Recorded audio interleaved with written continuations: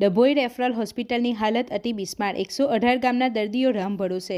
ડભોઈ તાલુકા અને આસપાસના 118 ગામો માટે જે હોસ્પિટલ એક સમયે આશીર્વાદરૂપ ગણાતી હતી તે આજે પોતે જ બીમાર હાલતમાં હોય તેવું જણાયું છે.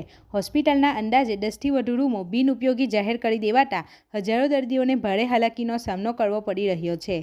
ભયના ઓઠાર હેઠળ સારવાર. તંત્રએ માળિયા તાળા. હોસ્પિટલની છત અને દિવાલોમાંથી પોપડા ખરી રહ્યા હોવાથી દર્દીઓ અને સ્ટાફ પર મોટું જોખમ તોળાઈ રહ્યું છે.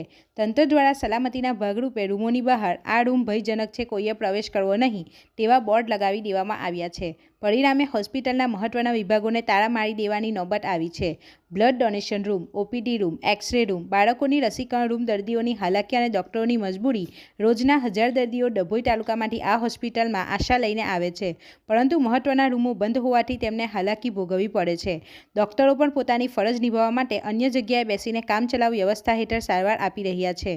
મુખ્ય માંગણી તંત્ર દ્વારા વહેલી તકે આ બિલ્ડિંગનું રિપેરિંગ કામ શરૂ કરવામાં આવે અથવા તો નવું આયોજન કરવામાં આવે, જેથી ગરીબ દર્દીઓને સમયસર અને સુરક્ષિત સારવાર મળી શકે.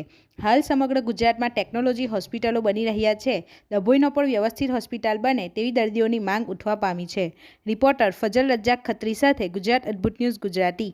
આપણી આસપાસ બનતી ઘટનાના સમાચાર જોવા માટે ગુજરાત અદ્ભુત ન્યૂઝ ગુજરાતીને લાઈક કરો.